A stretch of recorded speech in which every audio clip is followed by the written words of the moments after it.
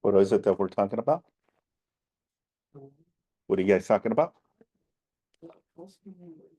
Client that he wants to lease all with this.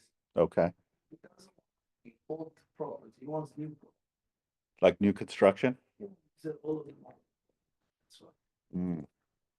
It's okay, not too much. In the lease, I'm not finding option that says by year build.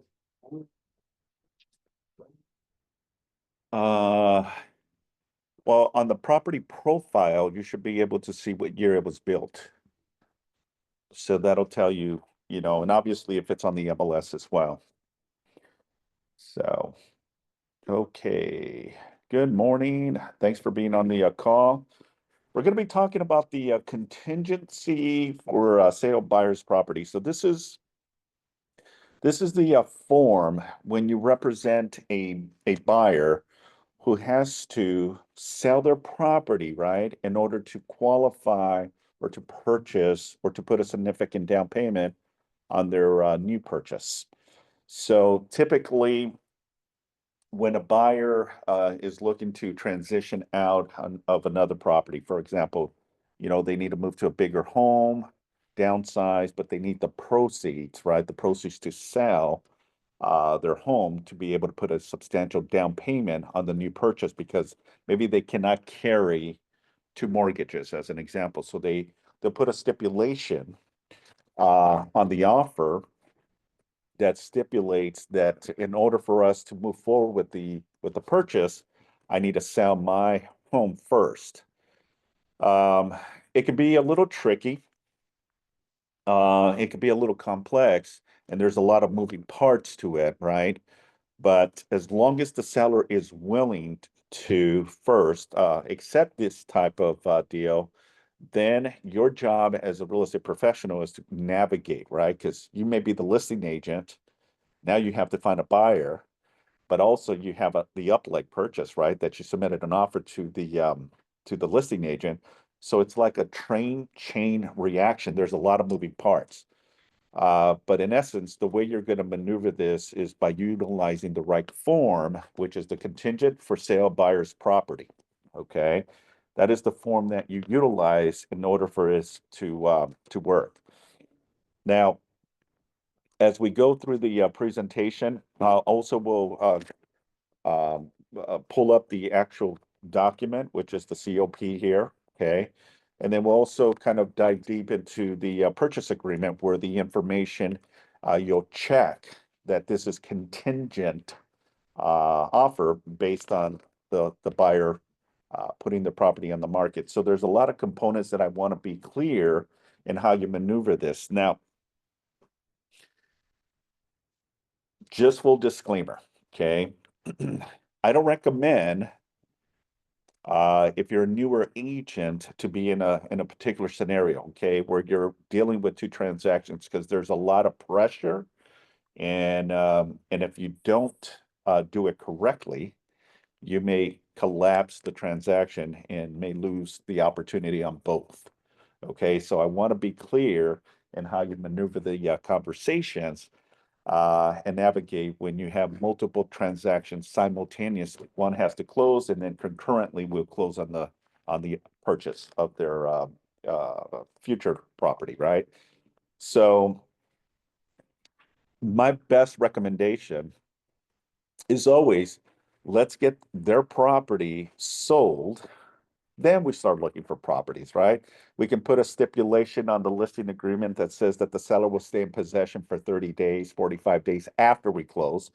That'll give them time to find, identify a new property, right? And there's not that pressure, right? But the form allows you to be simultaneously involved in a multiple transaction. Okay, this is the whole purpose that the California Association of Realtors provides this disclosure if the buyer wants to be in this position. Does that make sense? Okay, so I know it's a lot of moving parts. I'll do my very best to answer any and all of your questions as we navigate the presentation. All right, so let me submit some agents on Zoom. Thank you so much for being on the call here. And please, if you are on Zoom, make sure to mute yourself. That way we don't have no interruptions. And if you do have a question for me, please put it on the chat, or you can also just say, hey, Simon, I have a question regarding this particular scenario or anything regarding the actual presentation. So as always, my name is Simon Cazares. I am the team leader and also the broker for the South Bay office, and also the broker of record for the Long Beach coastal office, which includes the Valley as well. I've been in the industry now pushing 28 years, going on 29 years. And to this day, it's still fun. I still enjoy it. It's a love-hate relationship sometimes, more love than hate. But it's an interesting career to be in by all means. You have your ups and downs, but I still have a passion for it, and I enjoy helping agents build their businesses and grow as we go. So, are you guys ready? Yeah, okay. People on Zoom, are you ready? I got to hear a yes. Otherwise, we're not going to go forward. Yes. Yes. Well, Yes. thank you. Thank you. Much appreciated. Much appreciated. You muted them. Well, I told them to unmute yourself if you need to talk to me.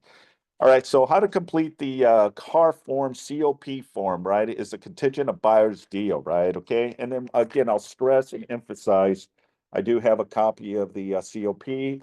I'll pull it up on my zip forms as well, so that way we can kind of see the elements of all of the information that's on the form itself. Okay. So for some buyers, it may be necessary to sell their current residence in order to make the down payment on a new property or to satisfy lending requirements, right? When this case, the real estate license should talk to their buyer client about whether they need to include a contingency as part of the purchase contract for the new home. If so, it is highly recommended that you use the standard form, the COP, better known as a contingent for sale of buyer's property. Okay, so let's go ahead and dive into and kind of review what the form entails, right? Again, right now we're just going to go through the motions of the explanation and the presentation, and then right after I'll actually show you the actual form and how to maneuver, how to navigate, and how to really articulate the conversation with the buyer slash who may be your seller, right? Now, you may or may not be the agent representing them on the sale of their home. Okay, so I want to be clear on this. You may just be the buyer's agent submitting on behalf, right? The buyer may have come to your open house, and the buyer may say to you, yes, I'm in the position currently or now listed my property already with an agent, right? And that's fine. But now let's just say they come into your open house, they love the home, they want to submit an offer, right? But they just got their property on the market 2, 3 days ago, right? So how do you maneuver? How do you handle that, right? Well, you have to put everything in writing, and part of the process on your purchase agreement, the RPA, there's a checkbox that says if it's going to be a contingent, all right? Now, if the buyer has the means and the money to do so, then there is no need for the COP. One, it may be an advantage or disadvantage if you utilize the COP, and I'll explain. Because when you receive an offer, right, you're the listing agent as an example, you receive an offer part of your responsibility is to go through the offer and see what the offer is, right? Price, terms, and conditions. And part of your responsibility as a listing agent is to maneuver the offer and make sure that, what you see is what you're going to tell the seller, right? Well, have you ever heard the phrase clean offer? A clean offer? Okay. So the phrase clean offer means it's a very clean offer. There's no big stipulations. The buyer has typically removed some of the contingencies. It may be a cash deal. It's a very clean offer, right? That's the real estate term or the lingo that we hear. So if you ever hear, yeah, this is a great clean offer, it's part of that process where the buyer has cash, very tight contingent, loan, or may have physically released a lot of the contingencies. Okay. And part of this, again, the COP is a contingency. Okay. The buyer must release the contingency in order to continue. And if the buyer does not release the COP, the seller and the listing agent have the right to send a notice to perform. And if the buyer cannot perform in releasing this condition, then ultimately the seller has the option to cancel. Okay. So how do you maneuver, navigate is critical, but it's also important. Communication is factor as you navigate this when you're going through multiple transactions, right? And I'm just giving you one side of the transaction. What if you are the listing agent selling your client's property and also submitted an offer because they found a house that they immediately want and don't want to lose the opportunity? So they ask you, Jack, hey, Jack, please submit an offer. We love this home. We don't want to miss it. Your job is to know the ins and outs, right? Communications with the lender, right? Because they need to get approved for a loan. But Simon, we haven't even sold their house. How is it possible that they're going to have a house that they still need to sell, plus a house they're submitting an offer? Well, you got to calculate it, right? And maneuver, because if you don't have an offer yet on the sale of their home, you're going to have to do a longer escrow on their purchase.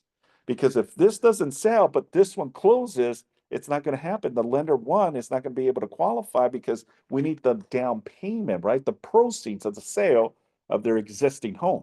Does that make sense? Okay. So it's knowing how to maneuver this. Jack. You can extend the escrow if it's because it's a offer, but there's a contingency. 100%. 100%. Yeah. If I'm a listing agent and receiving an offer contingent that that they need to sell their property, I want to ask a lot of questions. I want to know, do you have it listed already? What is the listing price? Do you have any offers? Are you in escrow?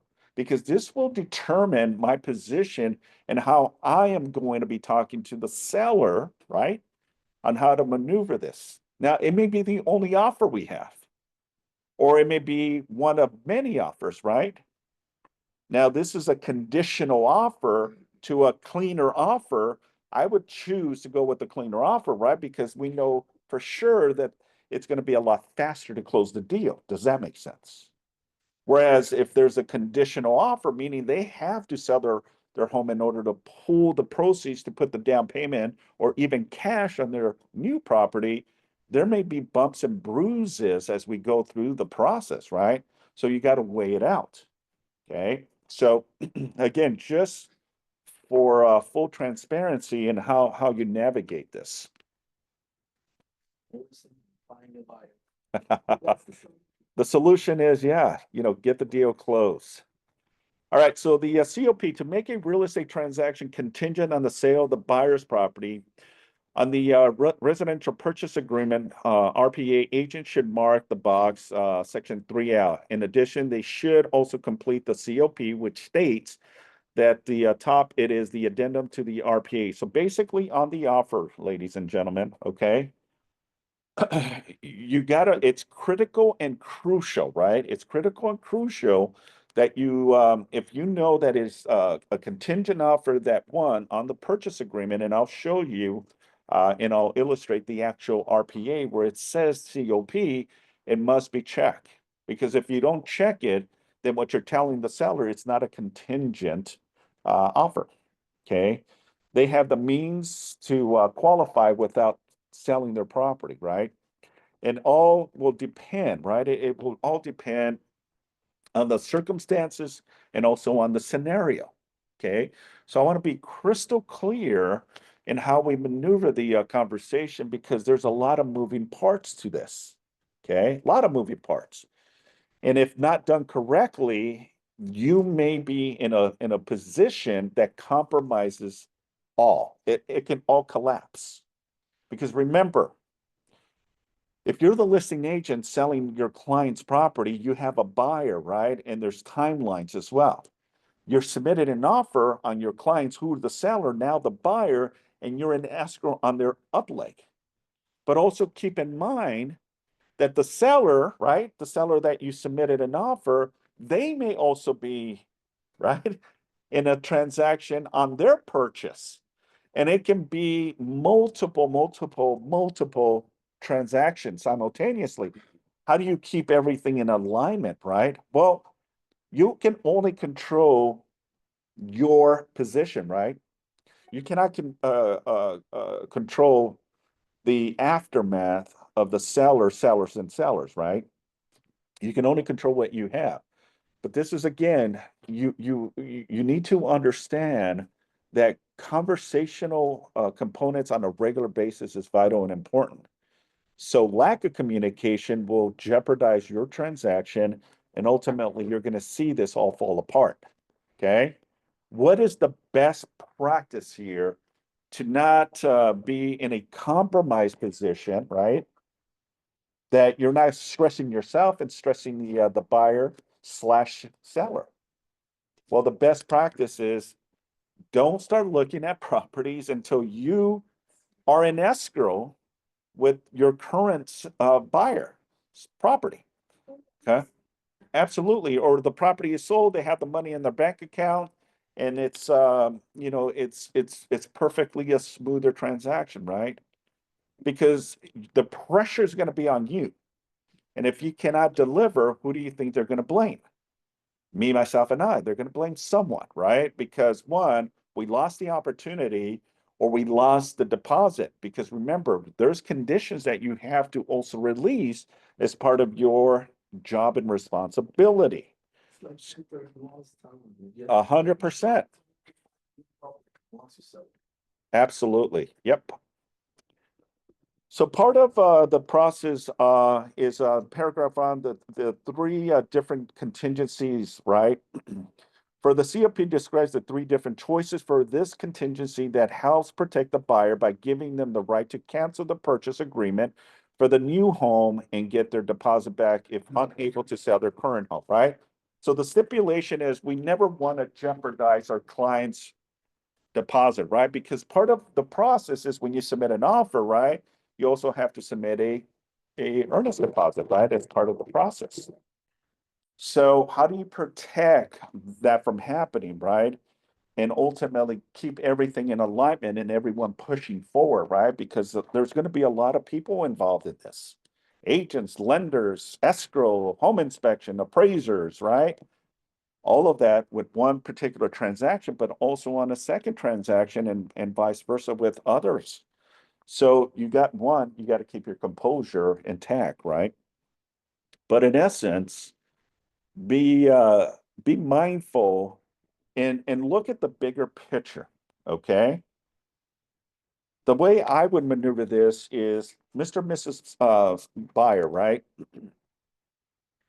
You know, part of the initial process that I recommend is let's start looking at properties once we have a buyer in escrow. Okay. Instead of doing the reverse and start submitting offers now where your property is not even listed. And I've seen circumstances where the buyer slash seller finds the property first and then is asking to go through the process of selling their home. I can tell you, you're setting yourself you're selling, you're putting yourself in a position to fail, right? Now, because again, if you don't price their home correctly and you don't get a fast buyer, you may compromise and ultimately the buyer may lose the opportunity to purchase the property that they want. So you got to look at every position and how you maneuver the conversation and be crystal clear with the buyer slash seller. This is what my recommendations, what's your thoughts on it, right? But part one of the COP goes into buyer's property contingency, right? The agreement is contingent, so it is a contingent. And then part of the process is there's an A, a B, and a C.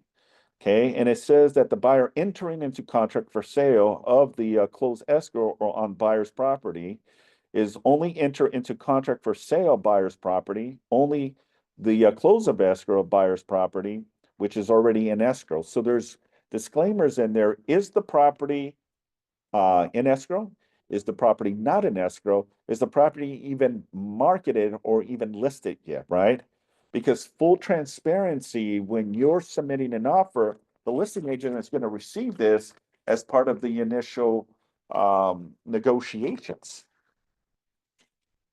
As a listing agent, your position is to dissect this and make sure you are clear with this, because if there is uncertainty on your position and you're not clear, now you're setting your client's expectations in a bad position as well. So you got to look at it from your protection if you're the listing agent as well. And how do you now have the conversation with the seller if you don't even understand how the COP works? Okay. So today's conversation is really just understanding every position that you're in and really explaining how this can benefit us or there's a disadvantage to it. Okay. So let's continue here. So entering into contract and close, right? 1A goes into the default language. The buyer will enter into contract for the sale of their home, property, and escrow on their that property. Okay. Section 1B, the buyers will only enter into contract for sale of their property. And then Section C is the buyer will only close escrow for the sale of their property, which is already in escrow. Any additional information about the open escrow must be filled in. Okay. So part of the process is if you check Section C, then you must provide more information, who the escrow company is and what the escrow number, full transparency. Why? Because if you want your offer to be considered or accepted, I want to make sure that we're both on the same page. Me representing the seller on your offer that has a COP, and I want to know, are you in escrow or is the property still actively on the MLS trying to find a buyer? Because that'll change the conversation. Because again, remember, this can drag more than 30 days. This is not your traditional transaction. This is what we call a unique situation. And these type of unique situations can still happen done correctly. But it's our job and our responsibility to know how to maneuver, to push the buyer, push the seller, communicate with the agents to make sure it's a smooth transaction. And I can tell you, it's not going to be smooth. Yeah, a lot of stuff definitely happens, right? Because as it is with one transaction, there's already problems sometimes, right? Imagine multiple transactions and you're trying to navigate one ship, another ship to get it to the finish line, right? And it can be very stressful and sometimes a little overwhelming. And I've seen agents just checked out because the pressure is on them. If you've never experienced or if you've never been involved in a particular multiple transaction, I would encourage you, okay, please go in with someone else that has the experience to help you, because you can jeopardize all the deals, the listing and the purchase. Because if the buyer who is your seller, right, doesn't get their property, they may also want to cancel. Because the whole purpose of the COP is, look, I will only buy this property if I can sell my property. Now that's one option, but also want to be clear on this too, that it may be an option. And the second option may be is, look, I don't really need to, but I want to use this as part of my card. I want to take a little gamble because it would be nice for me to sell this property, pull the $500,000 of net proceeds so I can put a substantial down payment. But it may be that the buyer doesn't need to sell this immediately, but is doing so just so that way they don't have multiple mortgages too. Okay. So it all really depends on the circumstance, right? Because there's a lot of people that don't need to sell their property in order to buy another property because they make really good money or they have other resources of down payment to put down as well. Okay, so look at it from that perspective. Ask questions and then ask more questions. That's the only way you're going to be able to know and answer your question. Can we have a contingent from the buyer stating that that a case their property gets canceled during escrow, then the deal for the new property will be canceled? Absolutely. Okay. This is why you have the COP as a layer of protection. This is a wall, ladies and gentlemen. The COP is a wall. Okay. Because every wall that the buyer releases, the seller is closer and closer and closer to getting the buyer's deposit. So the more contingencies, or what I call walls, you have to protect the seller from going after the buyer's deposit, the likelihood is that it's going to be very hard for the seller to go after damages because you have these contingencies. So a contingency is a loan contingency, an appraisal contingency, a physical inspection contingency, insurance contingencies, right? A COP is a contingency. The buyer must, the buyer must release this as a condition in order for the process to continue. Once you release the COP, you cannot use this as an avenue to cancel if your property doesn't sell. Let's say at the 29th day of the sale of their home, the buyer, something happens and the deal falls apart and the buyer doesn't perform on the sale of your client's property, but you've already released this, right? The COP, you cannot use this as a shield to protect your clients because you have already released this, right? So there's other avenues that you can, right? Because let's say that they're tight on money and they needed the proceeds, right, in order for them to get the mortgage payment that they're comfortable, the rate that they want. Um, then that may be the other avenue in how they can back out of the transaction is, look, I needed the down payment. I didn't get the down payment because I wasn't able to sell because the buyer canceled, and therefore I'm not going to be able to qualify. And then we have a legitimate reason to be able to exit out of the upleg purchase, right? But there may still be some damages because remember, it's not just the seller. What if the seller is buying another property and they're in escrow and they now lose their deposit, right? So they're going to come after someone for the deposit. So if they're losing their deposit, guess what's going to happen? They're going to go after your buyer's deposit as well. Okay. So be mindful of all this that can transpire and ultimately hurt you. Okay. This is why I don't recommend these type of transactions because there's a lot of pressure on all of us, right? I even get involved in the chaos of this, and it's like, okay, I'm communicating with multiple agents because there's multiple people involved in this. And just to try to put the deal and the puzzle together can be very, very stressful. Okay. But from a lighter look of it, it can be very rewarding too, because guess what? You make more money. You get to sell the property and also get a compensation on the purchase. Heck, you may be also representing the buyer on the listing that you just listed, right? You may be representing the buyer, so there's possibly two commissions there. Then you submit the offer on your client's offer. There's a commission there as well. So there's multiple passive income coming in as well.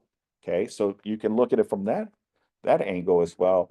That you're going to work your tail off to make sure this deal works as well. Thank you again, Simon. I'm exactly situation now, definitely yeah, absolutely. Sandy is one that we're in that predicament right now where Sandy, who's on Zoom, she represents the seller and she's the listing agent, but she also submitted an offer on on a listing that one of my other agents is involved. Okay. So imagine the good thing is in-house. Okay, which is very far few and rare that both agents are in the same brokerage. So I have a little bit more control. And these two agents, are amazing, but it's all about communications. Okay, this is why it's vital and crucial and important to know how to navigate this because um, this can go sideways very quickly. And it's like a blink of an eye, what just transpired? What just happened? And now you're questioning is, okay, I have to put my bearings all together, right? And try to find the avenue of solution. But the paper and the document is crystal clear in black and white, okay? There's language in here that stipulates what must happen in order for us to move forward or not move forward, okay? Remember, you got to protect your client's best interest, right? And if you cannot, then you got to maneuver the conversation as one, extending the COP, right? To not release it immediately because you still haven't been able to get a buyer or escrow got delayed. We may not want to release this just immediately, right? So there's pros and cons in how you maneuver this form. You use the extension of time addendum. Okay, the extension time addendum, the form ETA. Okay, the ETA will give you the ability to extend any contingency, not just the COP, but any contingencies that you're asking to release at a future date instead of like now. Let's just say that the COP is 17 days to release, but you haven't been able to, put the property in escrow, you may want to ask for that extension. You want to be proactive, right? You want to be proactive and do so immediately if you know that we're not going to be able to release it anytime soon. I would say within 3 to 5 days prior to that expiration of the contingency to be removed, be on that phone, be in having the conversation with the listing agent saying, hey, we're gonna need to extend. Okay. And then what's that? Yeah, but the seller doesn't have to accept also, Jack. So you're asking for permission, right, to extend that COP to be released. But the seller can say, nope, we already agreed with your buyer that within 17 days, you're going to release that, right? Now, looking again at the bigger picture, right?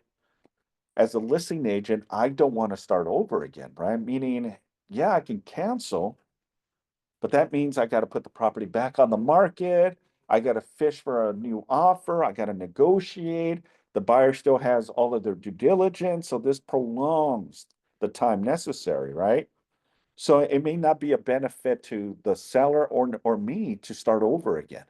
So I might convince and explain to the seller that it is best for us to give them the extension to do so.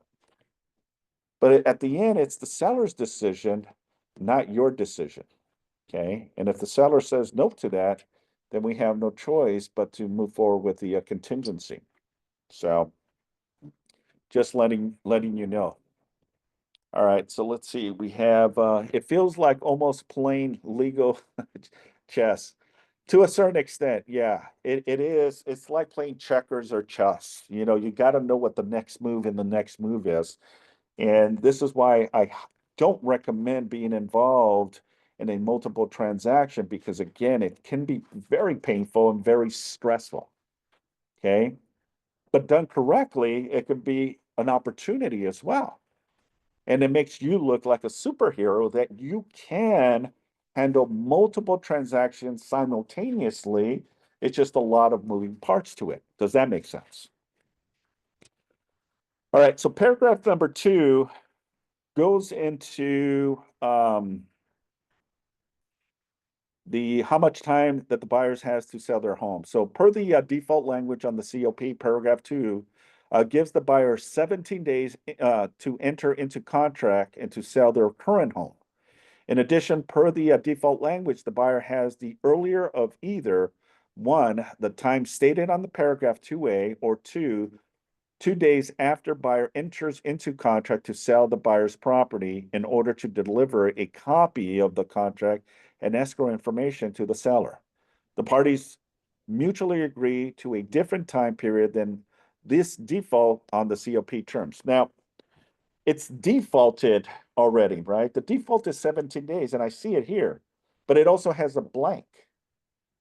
And you can, as part of the negotiations, put in a different time frame.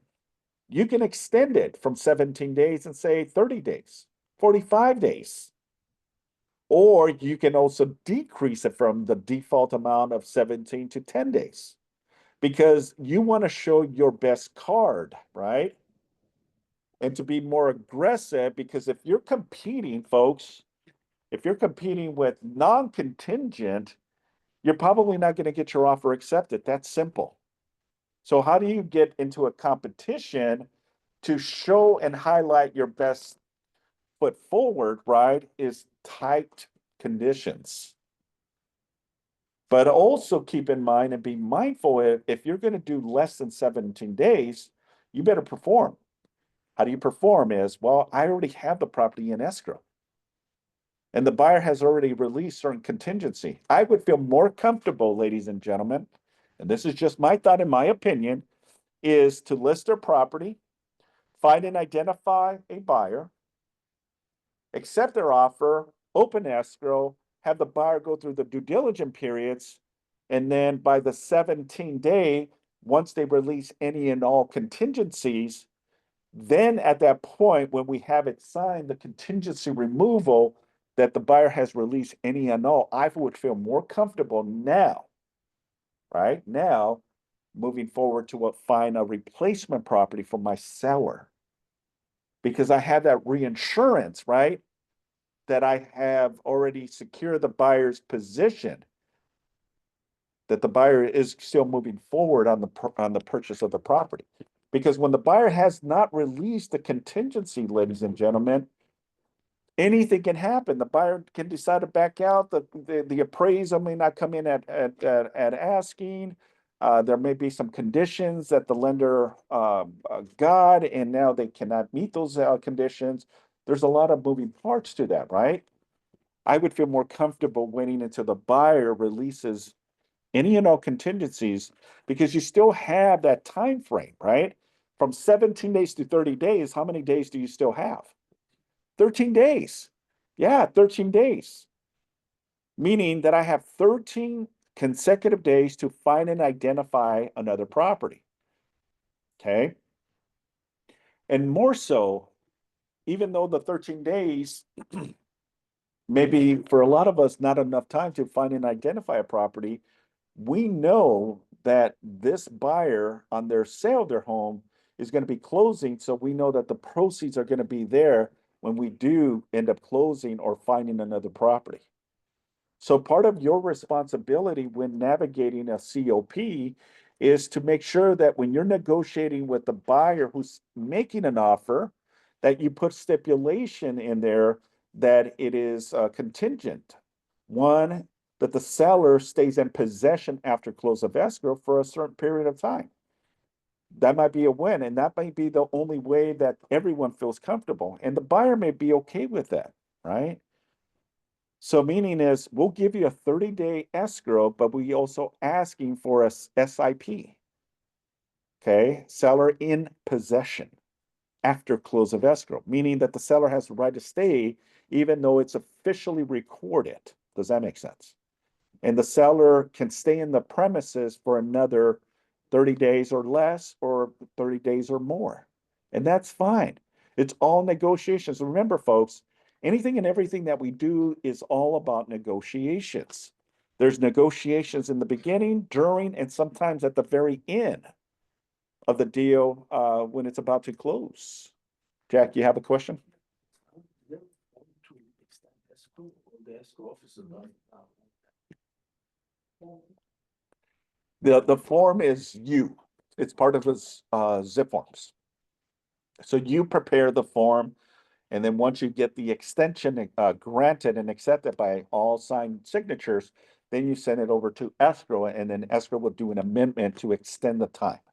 Okay, and that's again all about calculations, but also is being very fully transparent of the circumstances, because that's going to probably delay the close of escrow, right? If you're scheduled to close on March 10th, and you have to push contingencies, you may still have time to close on March 10th, but maybe not.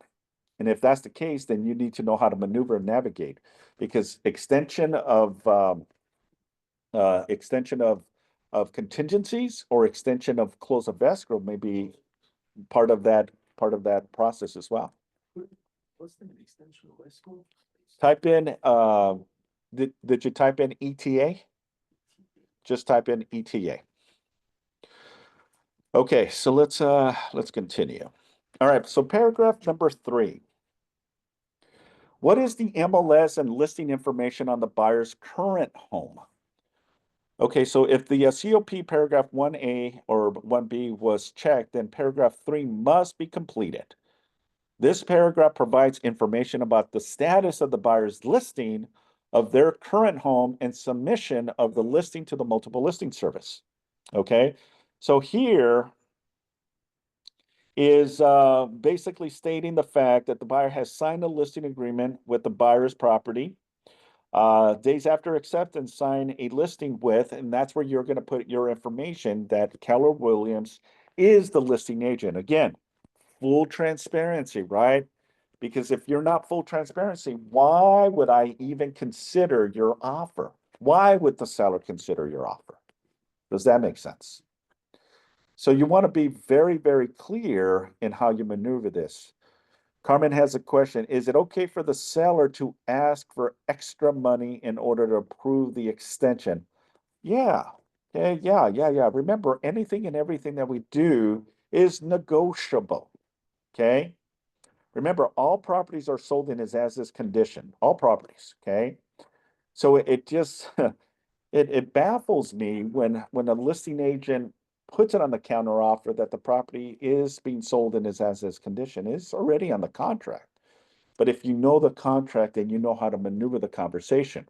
But to answer Carbon's question, she says, can the buyer release? Yeah, because the seller doesn't have to grant the extension to release or push escrow. Doesn't have to.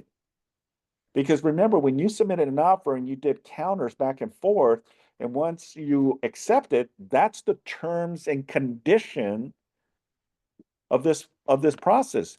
Anything moving forward is modifications, and it has to be agreed upon, because if it's not agreed upon, we don't have to give you the extension, but we'll give you the extension in lieu of if you release some of the earnest deposit. So Carmen, yeah, absolutely. That can be a condition that the seller can order the extension granted to the buyer if the buyer is willing to release some of the earnest deposit. And I see that quite often as well. Okay. So understand that you are in the position, okay, to navigate this to make it a win-win for everyone, right? Because what is our ultimate goal here? What is our ultimate goal?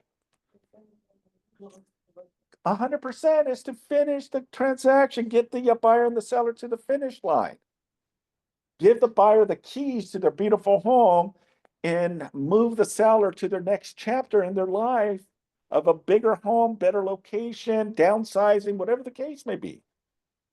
Our job is to maneuver and navigate it and get everyone to the finish line, whatever it takes, in an ethical way. Okay. We never want to take shortcuts. And if you don't know, that's okay. We have the resources here. Ask. There's a lot of people that have gone through this and can help you navigate this. Okay.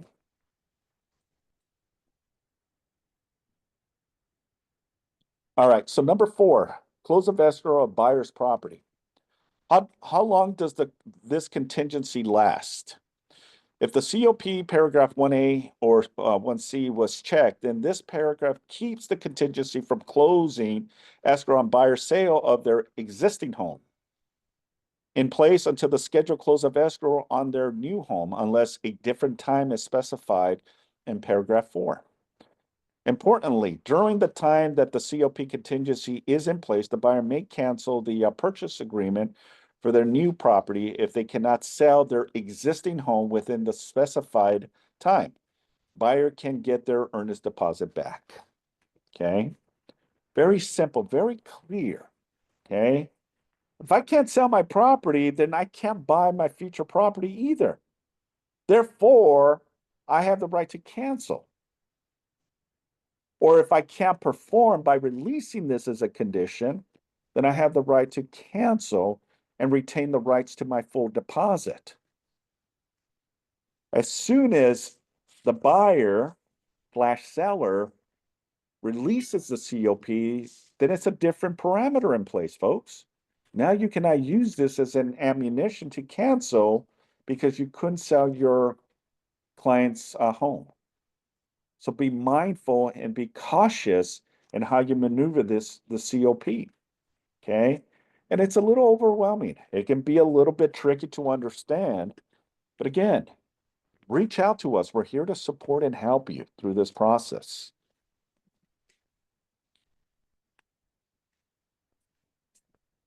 All right, paragraph 5 and 6, statute of sales of buyer's property.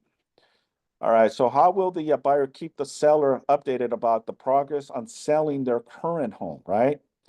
Well, these paragraphs require that the buyer to keep the seller updated on how the sale of their current home is going, right? Including providing the seller with information such revisions to the acceptance contract, delays, contingency removals, contract cancellations. Okay, as I said earlier, and I will continue saying this, okay? Part of the process, is communication, folks, okay? You got to communicate. There's a lot of moving parts to this. And if you're not communicating and giving whoever needs an update status, that may compromise. That may compromise your position, right? If you know that you're not going to be able to release this as a condition, then you need to be on the phone and asking for a conversation and then put something in writing for the extension of the COP or the extension of close of escrow or whatever the case may be. Because if you don't, then it's going to show bad on your part, and therefore the seller or the parties may get upset and may want to cancel. And now all of the time, effort, and energy and effort you put into this can go down the drain. So again, knowing how to run with this, maneuver this is vital in your conversation. It's crucial. It's part of your job. Okay. Let's just say that me and Jack as an example, and I'm going to use Jack because I love his glasses and it just resonates with me, right? I'm going to tell Jack, hey Jack, look, we have a little bit of a dilemma here. Okay, I wanted to give you the courtesy call, but I'll put it in writing as well. So that way you have paper trail. That way, because when you talk to someone, 50% of the stuff gets filtered out and it doesn't come across. Like if I was to say to Asenka, and I whisper to her ear and I say something to her, and then I ask her to say it to him, and then by the time it goes back to Jim, it's going to be totally different.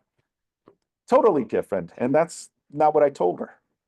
But it's how they perceive it, right? Not everything gets filtered the same way. Maybe it's language barrier, right? Maybe they interpret it a little different than someone else, right? But by the time it gets to Jim on the back, it may be different. It may be different, right? So in essence, that's also the same way that you have to understand how conversation is vital and important because the more I'm conversing, the more information I'm providing, the easier it is for me to get the grant permission to extend, to not release the contingency if I need to, right? because you don't want to piss off another agent because you did not communicate, because guess who they have to report to? Their client, right? So in this essence, I'm looking at Jack and I'm saying, Jack, listen, as much as I want to release the COP, unfortunately, we had a slight dilemma. We're not going to be able to release it just immediately. I know I put 17 days, but now something has compromised. We're still moving forward. The buyer still wants the property, but we're going to put a contingency, an extension of time to push that time to release till maybe Wednesday of next week. So Wednesday of next week, today is Friday, tomorrow Saturday, Sunday, Monday, Tuesday, Wednesday, I'm asking for a 5-day extension to release the COP. Jack is going to say, yeah, no problem. Just put that form in place. I'll present it to the seller and we'll go from there. Now, if I've been in communications with Jack, Jack is going to work hard to try to convince the seller of why we need this extension, right? So his job and his duty is he doesn't want to kill the deal either.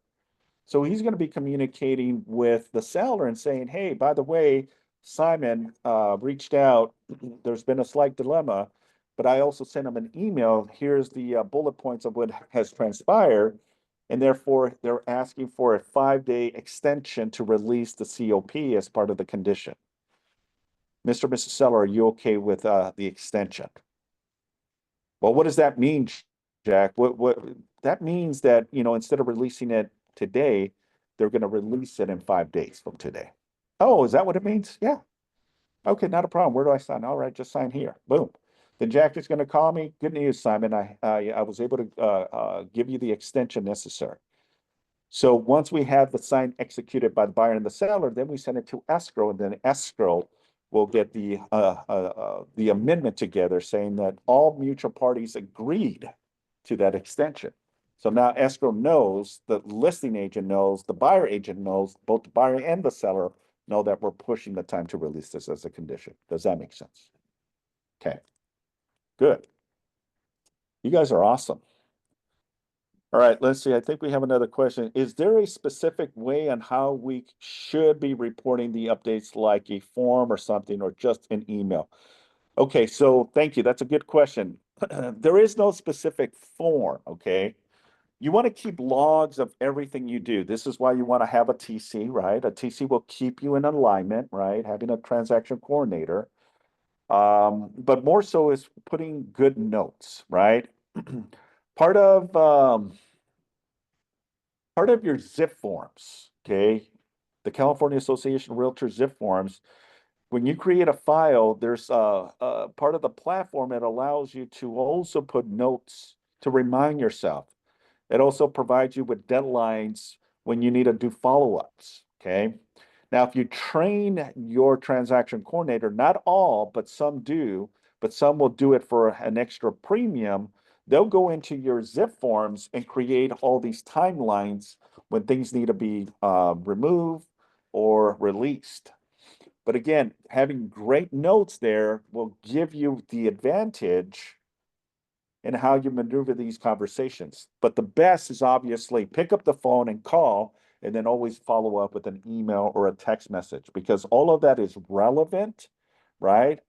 Of how, if this goes sideways, you're not going to remember what you said to the agent 2 weeks ago, 3 weeks ago, but you're going to be able to remember what you wrote down, and that may jot your mind as, oh yeah, I remember that conversation.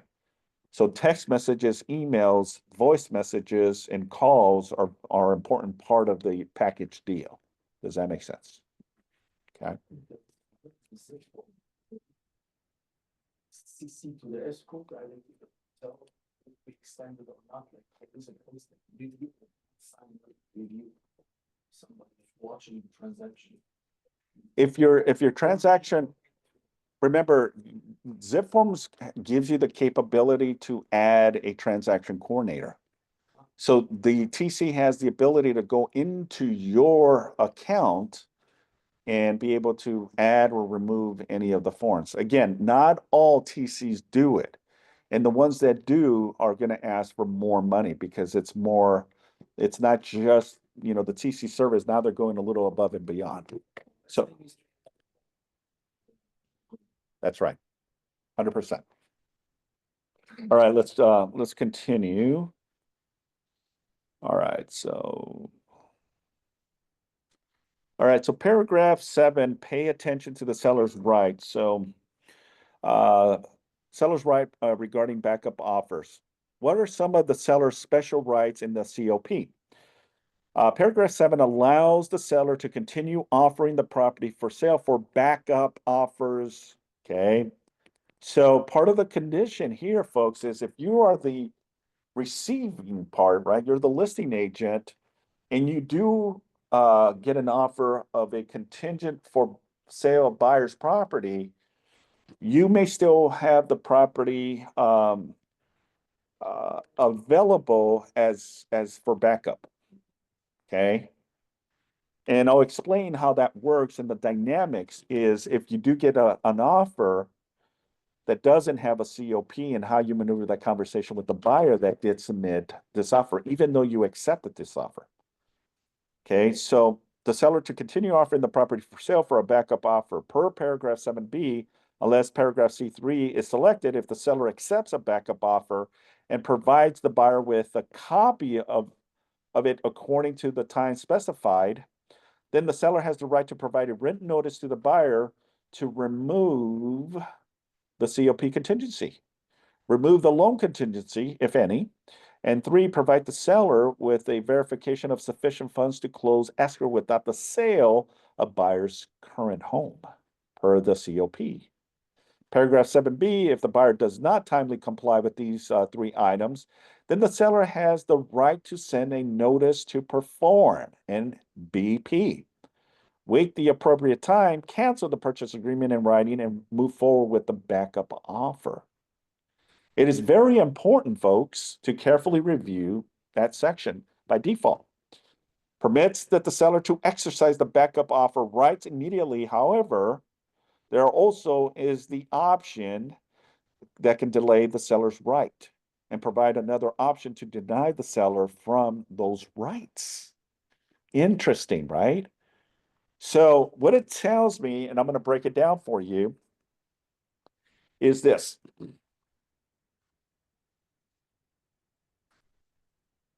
If the listing agent receives an offer contingent upon that buyer selling their home, the stipulation in black and white on here says that if another offer, let's say I accept today is Friday, right? And over the weekend, I get another offer. Okay, I get another offer that doesn't have a condition. Buyer's clean. Buyer can close in 25 days. Buyers put in a substantial 50% down payment, putting 3% earnest deposit, reducing their contingencies of physical inspections, appraisal, and all that fun stuff. It's a solid offer. Well, part of our job and our responsibility, folks, is to provide that offer to the seller. Now, the seller may be like, heartbeat is like, well, we can do this because the COP is a different position, right? Well, what the contract says is that the seller can receive this offer and the seller can accept backup offers. But the seller also has the right, and this is what's so fun about these forms, is the seller has the right to notify the current buyer who's in escrow with the COP, hey, we received an offer. By the way, we're going to send you the notice to perform.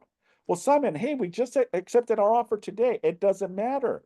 If I receive another offer tomorrow, Saturday, I can now send the notice to perform, ladies and gentlemen, for the buyer who's currently in escrow to release the COP.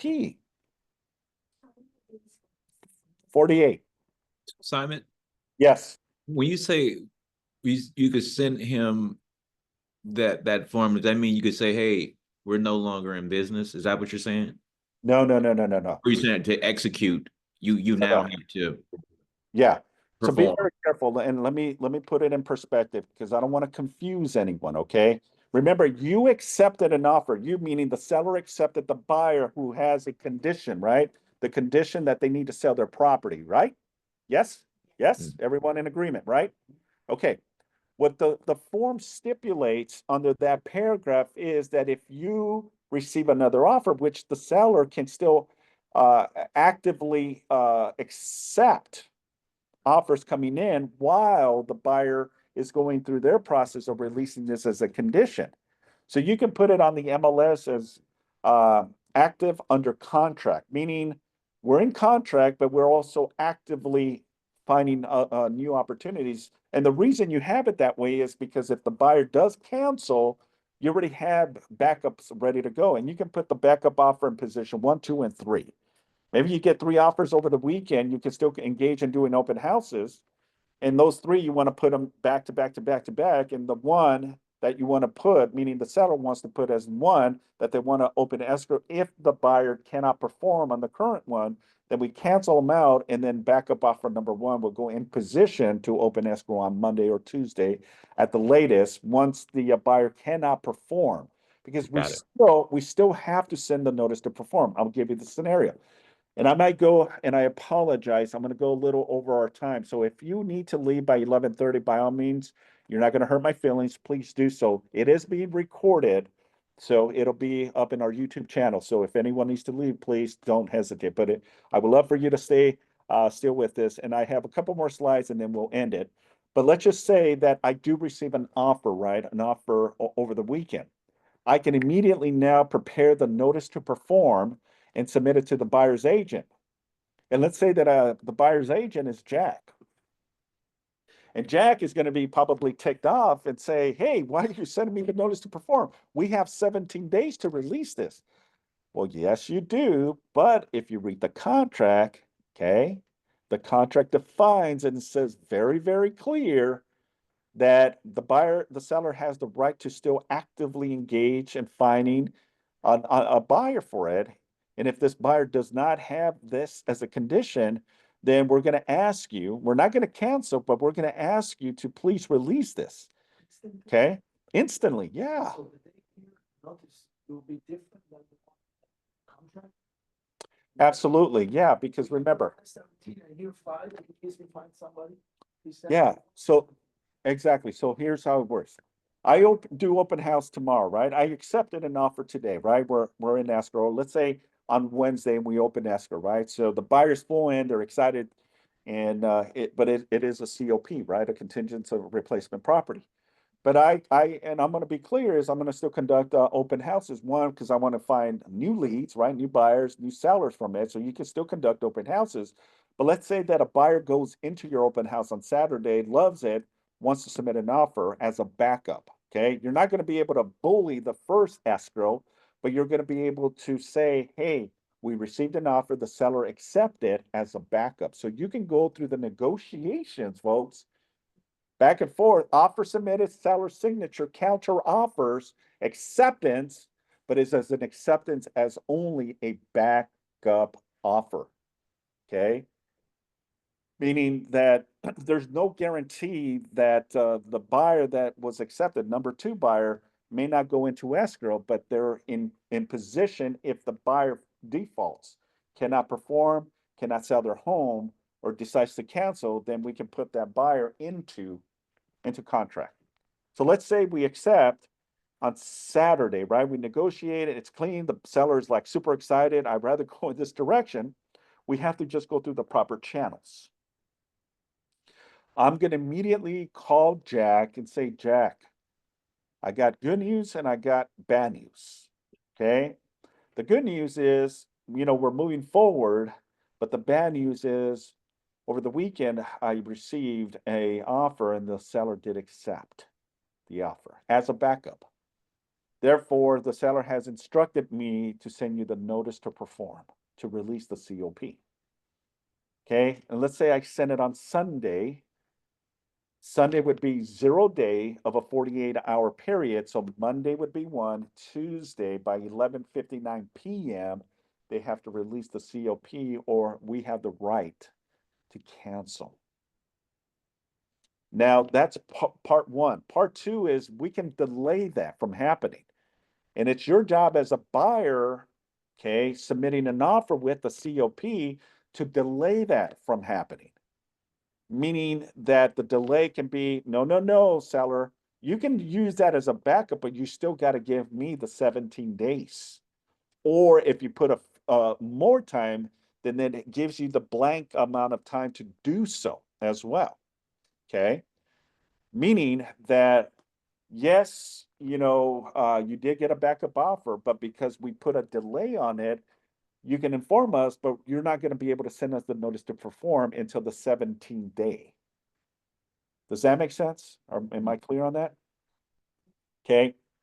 If you don't put a delay as part of the provision on the form, all right, that's where the buyer's agent has the ability to delay from the seller to notify us to release the contingency to a future date. But you as a buyer have to check that. If you don't, then it automatically defaults that if a seller gets an offer over the weekend, they can send us the notice to perform immediately. The delay means they cannot immediately get us the notice to perform until that certain time frame, which the default is 17 days. Does that make sense? Mhm. Okay. Make sure that this, don't try to get it, it's the same contingency they just like. in the contract. That's correct. If it's 5 days, I can't do anything. That's correct. Yeah, that's correct. So if you are savvy and understand how to maneuver this, you're going to put a delay and tell the seller, look, I get it that you got an offer, but you got to give us the 17 days. Now, remember also pros and cons.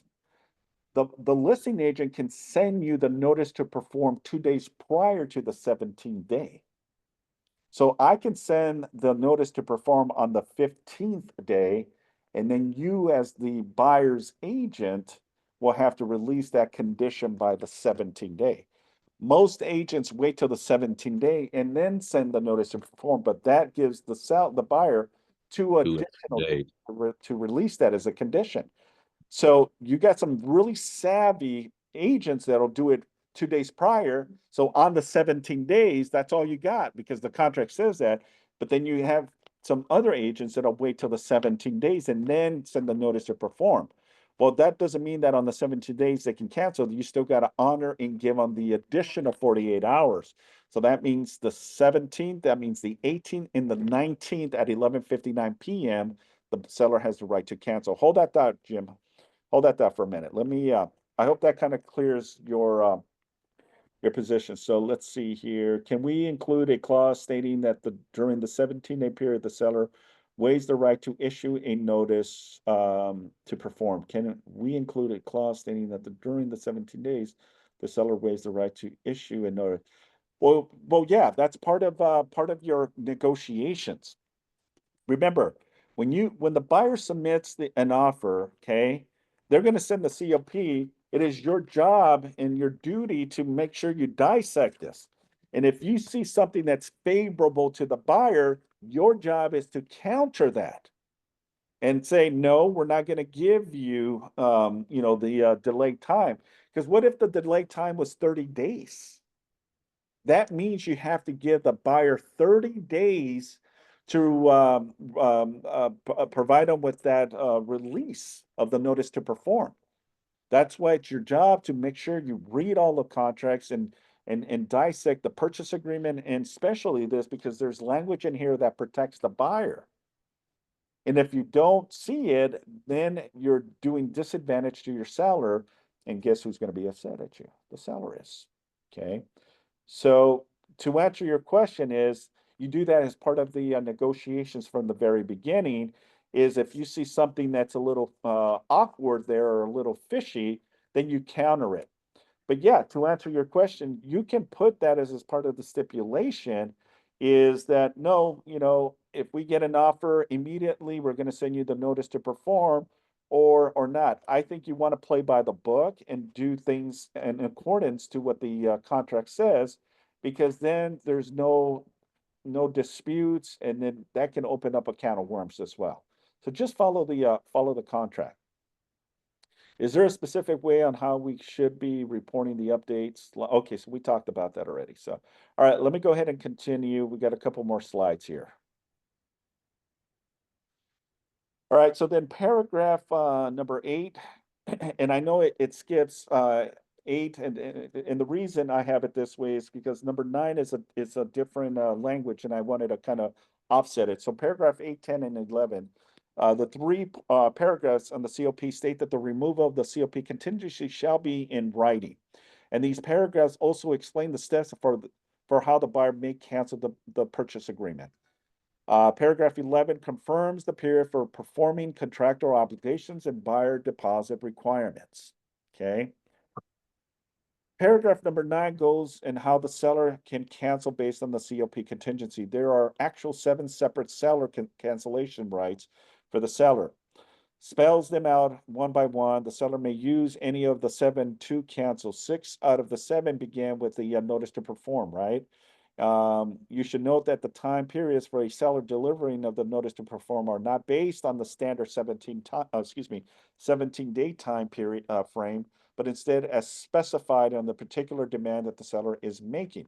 Remember, everything is all about negotiations, folks. Okay, and part of the process is it defaults to 17 min, meaning it's already on there, but you can modify that to be more or less.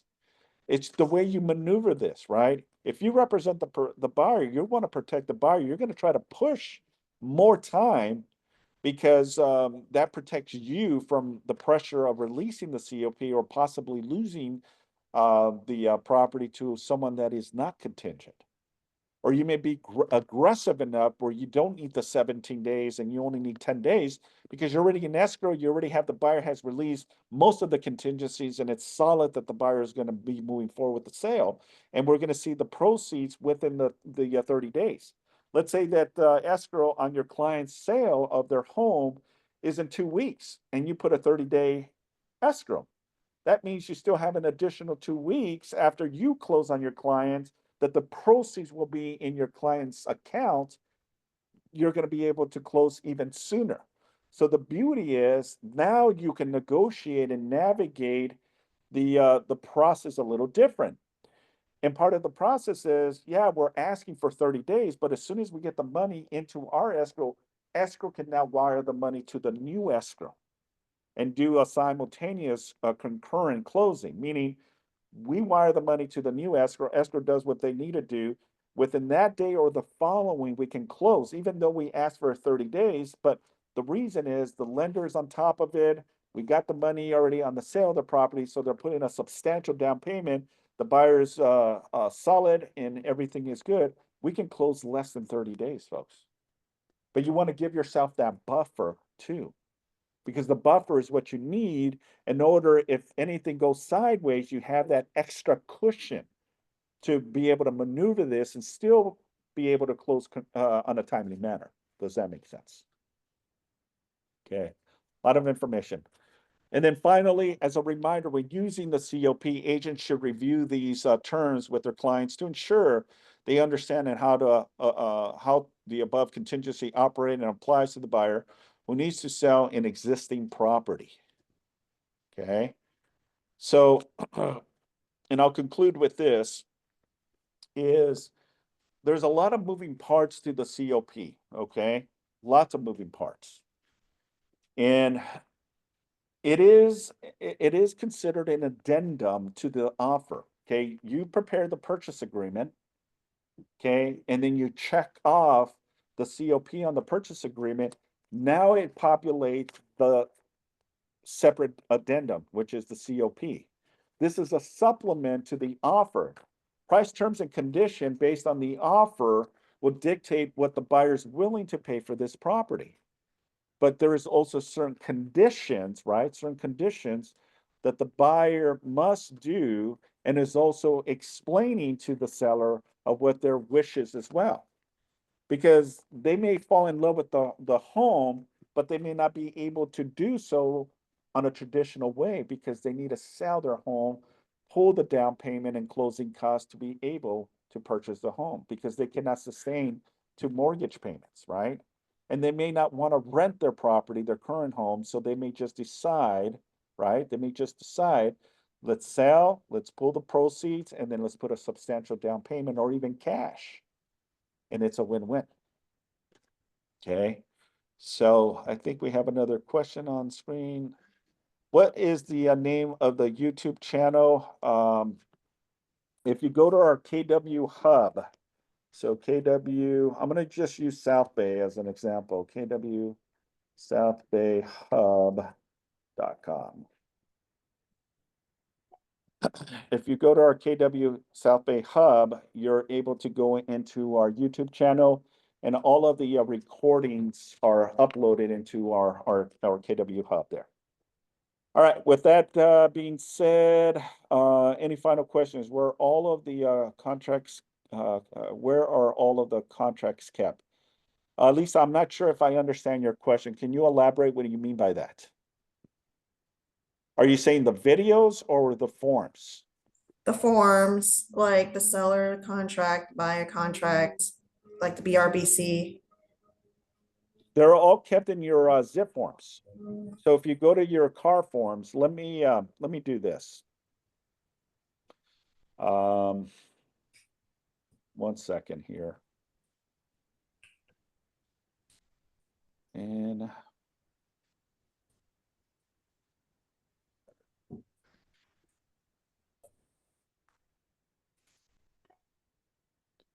okay, so give me 1 second. Let me see if I can share my computer. Okay, so the way you navigate this is this. You go to car forms, right? You log into your, can you see my screen, people on Zoom? Yes, Okay, good. All right, you go to your car forms, right? Then you go to your transactions. Then you go to transaction zip form edition, access now, validate your membership, continue.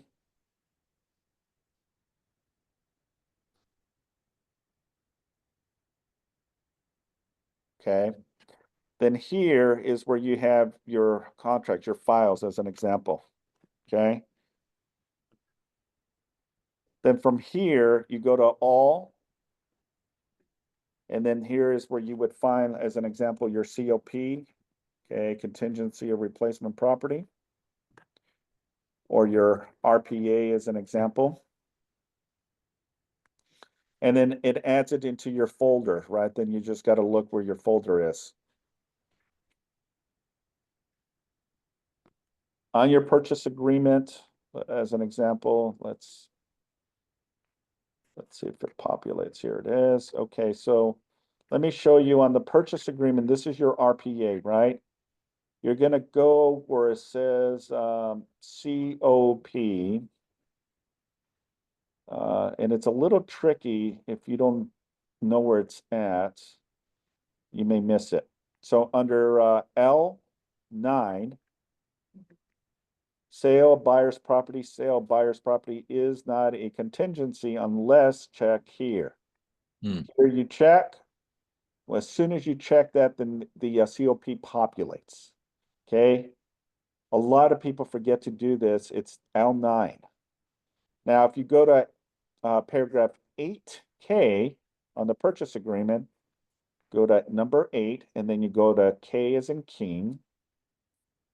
Here, it says what that COP is. This agreement and buyer's ability to obtain financing are not contingent upon the sale of any property owned by the buyer unless the sale of the buyer's property, form COP, is checked as part of the contingency of this agreement. Okay? That's simple. Yeah, thank you. but to release So- it, yeah, you would need the contingency removal. So if the buyer doesn't check that box, the seller can immediately cancel that if he has a second. Yeah, Back if offer. it's not checked, then there is no COP. Right. So then the other avenue, they cannot use that as a way to cancel or use that as they have to release, they have to check it. And if they don't, then that is not, because it's clearly says that it's not a condition. It's only a condition if the buyer or the agent check this box. And if you don't, then they cannot use that. Oh, by the way, I forgot to tell you, I have to sell my property in order to purchase this property. Well, you never told us. One, I'm going to verify, I'm going to check the purchase agreement. And if they didn't check it and they use this as a condition, then that's out the door. Then they cannot use that as a condition. And you may have a dispute regarding that. I get it to consider transaction, Simon, I'm referring to you. Thinking $25. Yeah, Don't forget. we'll work it together, but you don't have to pay me anything. It just in case, even if there is no contingency, just to check it, just in case if that through the process, he changed his mind for something. Just to be on the safe side, What do you mean? the box is just in case and changing his mind later to like something. So. Yeah, I mean, you wanna be proactive on it. You know, you're not gonna do this after the fact. You wanna do this before. Because if you say to the listing agent after that, oh, I'm sorry, but the seller may not be in agreement, and that may be a breach on the buyer for not being full upfront with it. And the seller may have the rights to cancel because one, you didn't disclose that you needed to sell your property and needed the proceeds in order to qualify for a loan. So that might be uh, ways and rights that the seller may be able to cancel based on that.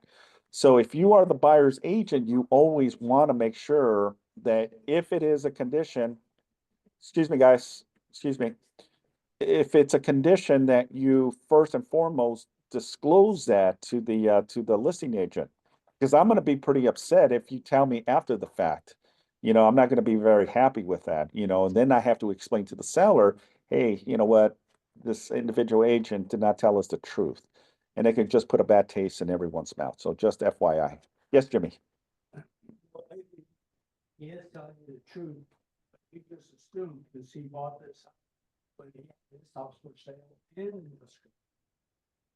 And assumed it was gonna close and it didn't. Yeah. Yeah, that's true. All right, we got a couple more questions on Zoom and then I will cut loose. All right, so what do we got here?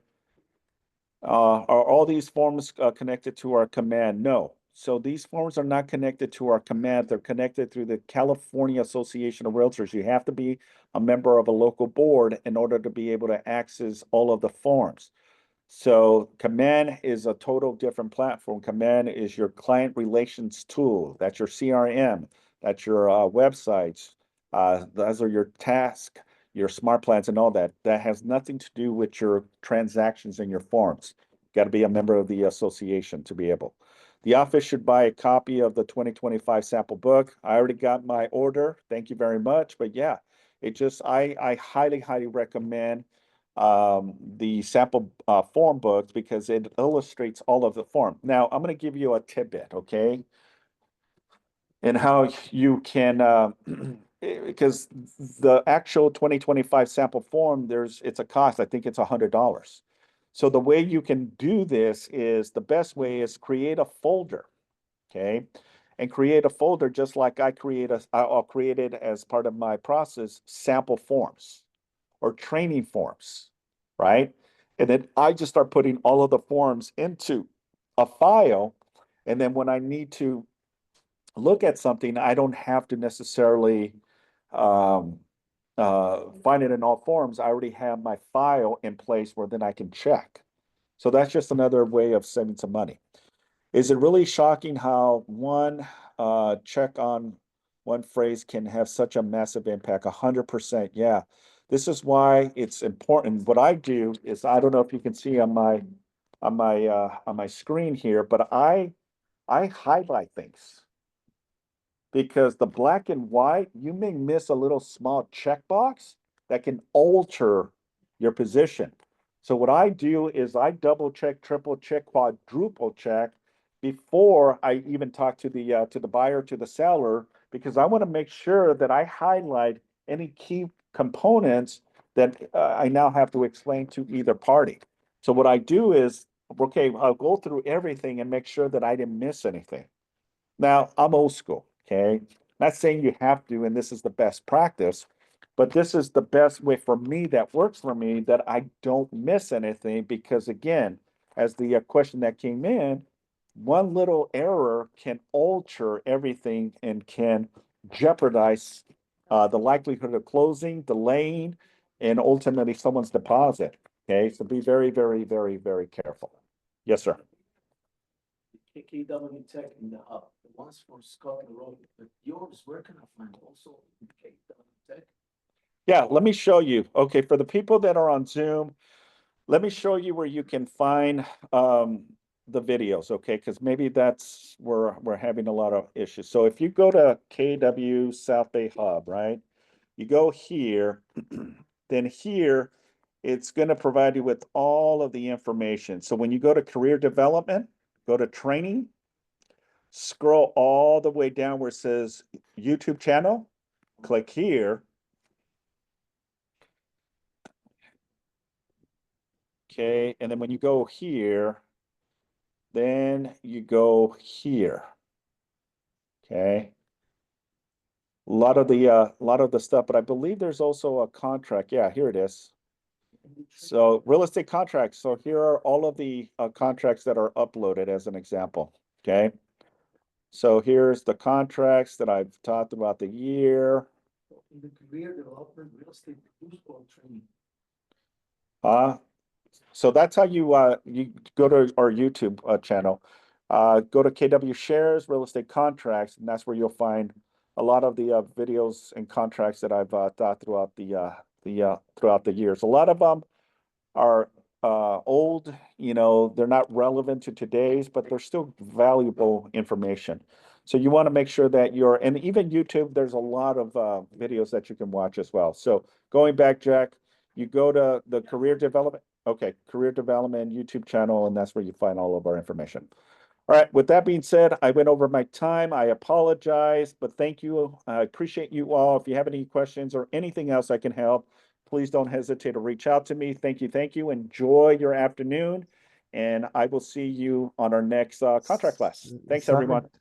Yes. It's not too much to ask. Just like, what's Robert referring to? I'm a new agent. I didn't get, like, Robert wrote something about the 2025 sample forms book and guide to CA residential purchase agreement book in the comments. What is he referring to? I just don't. Oh, what he's referring to is that the California Association of Realtors, one second, Colin. Hold on, let me stop recording.